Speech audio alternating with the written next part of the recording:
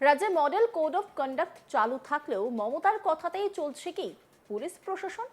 CEO অফিসের সামনে 144 ধারা থাকা সত্ত্বেও তৃণমূল বিজেপির এই উত্তেজনা, গরম গরম পরিস্থিতি তৈরি হলো কিভাবে? এখন কমিশনের হাতে নিয়ন্ত্রণ, আইপিএসদের চেঞ্জ করেও কি তাহলে পরিস্থিতি মোকাবিলা করা যাচ্ছে না, নাকি কারো প্রচ্ছন্ন ইশারায় সেটা করা হচ্ছে? এদিন ডিসি সেন্ট্রাল নিজে উপস্থিত ছিলেন, সেন্ট্রাল ফোর্স ছিল, তারপরেও 144 ধারা জারি থাকা এলাকাতেই এই চরম উত্তেজনা। মঙ্গলবার বিকেলে নির্বাচন কমিশনের দপ্তরের সামনে হঠাৎ উত্তপ্ত পরিস্থিতির সৃষ্টি হয়, যা ক্রমে রণক্ষেত্রের চেহারা নেয়। ভোটার তালিকায় নাম অন্তর্ভুক্তির ফর্ম 6 জমা দেওয়াকে কেন্দ্র করে শাসক দল তৃণমূল কংগ্রেস এবং বিরোধী বিজেপির কর্মীদের মধ্যে তীব্র বচসা ও হাতাহাতির ঘটনা ঘটে। পরিস্থিতি নিয়ন্ত্রণে আনতে দ্রুত মোতায়েন করা হয় বিপুল সংখ্যক কেন্দ্রীয় বাহিনী ও পুলিশ। ঘটনাস্থলে পৌঁছন উচ্চপদস্থ আধিকারিকরাও। তৃণমূলের পক্ষ থেকে একাধিক অভিযোগ করা হয়। তাদের দাবি, ওই ব্যক্তি বিজেপি ঘনিষ্ঠ এবং বহিরাগতদের নাম ভোটার তালিকায় অন্তর্ভুক্ত করার উদ্দেশ্যে এই পদক্ষেপ নেওয়া হয়েছিল। নির্বাচন কমিশনের দপ্তরের সামনে ঝামেলার সেই ভিডিও দেখাবো আপনাদের।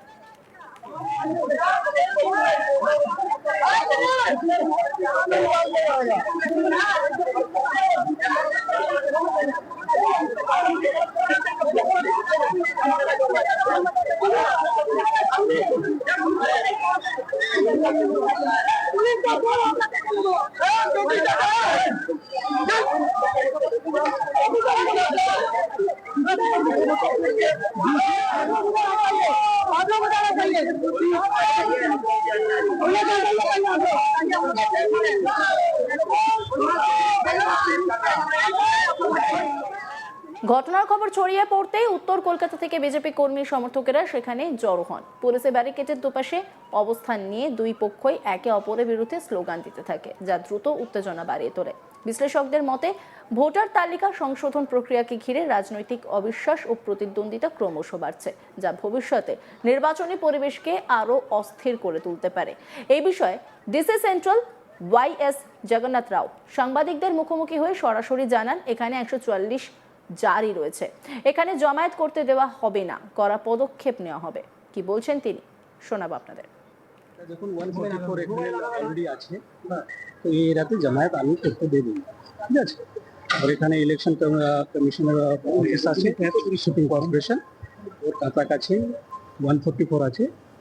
দুটো অপোজিং প্রোটেস্টিং পার্টি এখানে ছিল, তো আমি অ্যালাউ করব না, ঠিক আছে। কোনো পিস ভাঙতে কাকে দেব না। কিন্তু এই যে দফায় দফায় গন্ডগোল যারা দুটো থেকে চলছে, এই পরিস্থিতিটাকে কেন নিয়ন্ত্রণ করতে পারছে না? মানে এখানে কেন্দ্রীয় বাহিনী জওয়ানও যেখানে রয়েছে, মানে সেক্ষেত্রে কি আপনারা ব্যবস্থা মানে পদক্ষেপ নিতে? আমি পদক্ষেপ নিয়ে নেব, ঠিক আছে। মঙ্গলবার পশ্চিম মেদিনীপুরে চন্দ্রকোনা এবং গড়বেতার পর বাঁকুড়ার বিষ্ণুপুরে হাজির হন মমতা ব্যানার্জি। তৃণমূল প্রার্থী তন্ময় ঘোষের সমর্থনে নির্বাচনী জনসভা করেন তিনি, আর সেই সভা থেকে কেন্দ্রে বিজেপি সরকারকে এক হাত নেন তিনি। নির্বাচনী প্রক্রিয়ায় নির্বাচন কমিশনকে কাজে লাগিয়ে রাজ্যের প্রশাসনিক আধিকারিকদের বদলি করা নিয়ে এক হাত নেন মমতা ব্যানার্জি।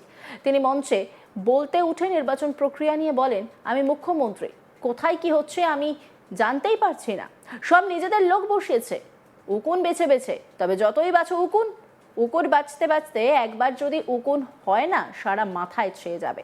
যাকেই বাছো সেই আমার লোক। রেজাল্ট বেরোলে লুচির মতো ফুলবে আর জ্বলবে। প্রশ্ন উঠছে, তাহলে IAS IPSদের এভাবে অসম্মান করলেন, নাকি আসলে তিনিই চালাচ্ছেন? তিনি ঠিক কি বলছেন শোনাব আপনাদের। আজকে আমি দুঃখিত, এরকম আমি দেখিনি। আমি চিফ মিনিস্টার, আমি কিছু জানতে পারছি না। সব নিজেদের লোক বসিয়েছে উকুন বেছে বেছে। আমি বলি, যতই বাঁচো উকুন, উকুন বাঁচতে বাঁচতে উকুন যদি একবার হয় না, সারা মাথায় ছেয়ে যাবে। যাকেই বাঁচো সেই আমার লোক, যাকেই বাঁচো সেই আমার লোক, যাকেই বাঁচবে সেই আমার লোক। দেখবে রেজাল্ট বেরোলে আর লুচির মতো ফুলবে আর জ্বলবে আর জ্বলবে, আর বাংলা এগিয়ে যাবে, বাংলা এগিয়ে যাবে, বাংলা এগিয়ে যাবে। যতই করো চক্রান্ত, সবই হবে ব্যর্থ। আর যতই করো হামলা, আবার জিতবে বাংলা। যতই করো হামলা মা বোনেরা জিতবে বাংলা, যতই করো হামলা ছাত্র যৌবনের বাংলা, যতই করো হামলা নবীন প্রবীণের বাংলা, যতই করো হামলা সম্প্রীতির বাংলা, সংস্কৃতির বাংলা, শ্রমিক কৃষকের বাংলা, সব ঘরানার বাংলা। এরপরেই তিনি বলে ওঠেন, গেম প্ল্যান যতই করো খেলা হবে আরো জোরে হবে, এবার দুরন্ত খেলা হবে। দলের সবাইকে একসঙ্গে থাকার হুঁশিয়ারি দেন তিনি। বলেন, মানুষের জন্য আমরা আজ এখানে, মানুষ না থাকলে আমরা কেউ থাকবো না। তিনি সরাসরি বলেন, বাংলা জয় করে নেক্সট টার্গেট দিল্লি, বাংলা থেকেই দিল্লি চলো ডাক হবে। কি বলছেন তিনি, শোনাবো আপনাদের। মনে রেখে দিও, গেম প্ল্যান যতই করো খেলা হবে, খেলা হবে, আরো জোরে হবে, এবার দুরন্ত খেলা হবে। আমি মনে করি, আমি যদি যুদ্ধ করে থাকি গণতন্ত্রে, বাংলার সম্মান বাঁচাতে, বাংলার মাকে বাঁচাতে, আপনারা আমার সহযোদ্ধা। আর সংগঠনের সবাইকে বলবো, সবাই সবাইকে নিয়ে চলবে। আমি কোনো কথা শুনতে চাই না, কারো যেন কোনো অহংকার ঔদ্ধত্য কাজ না করে। সবাই মনে রাখবে, সবচেয়ে বড় মানুষ, মানুষের জন্য আমরা এখানে দাঁড়িয়ে আছি। মানুষ না থাকলে আমরা কেউ থাকবো না, এটা মাথায় রাখবে অলওয়েজ। আমি আপনাদের বলবো, আমি একটা ছোট্ট গান বানিয়েছি সব সম্প্রদায়কে নিয়েই, ইন্দ্রনীল সেন গেয়েছে, কথা এবং সুর আমার। আমি আদিবাসী কিছু ছেলে মেয়েদের আসতে বলবো, যারা ধামসা বাদল নিয়ে এসছেন। আপনারা সবাই যদি গানটির সাথে সাথে তাল দেন। তার আগে মা বোনেদের বলবো, একটু উলুধ্বনি হবে নাকি? যুদ্ধে লড়ছি, যুদ্ধটা জিততে হবে। আপনাদের একটা উলুধ্বনি, একটা শঙ্খধ্বনি, একটা দোয়া, একটা জোহার, একটা শুভকামনা বোনেদের। আর বোনেরা যখন দেবে উলুধ্বনি, ভাইরা দেবেন তালি।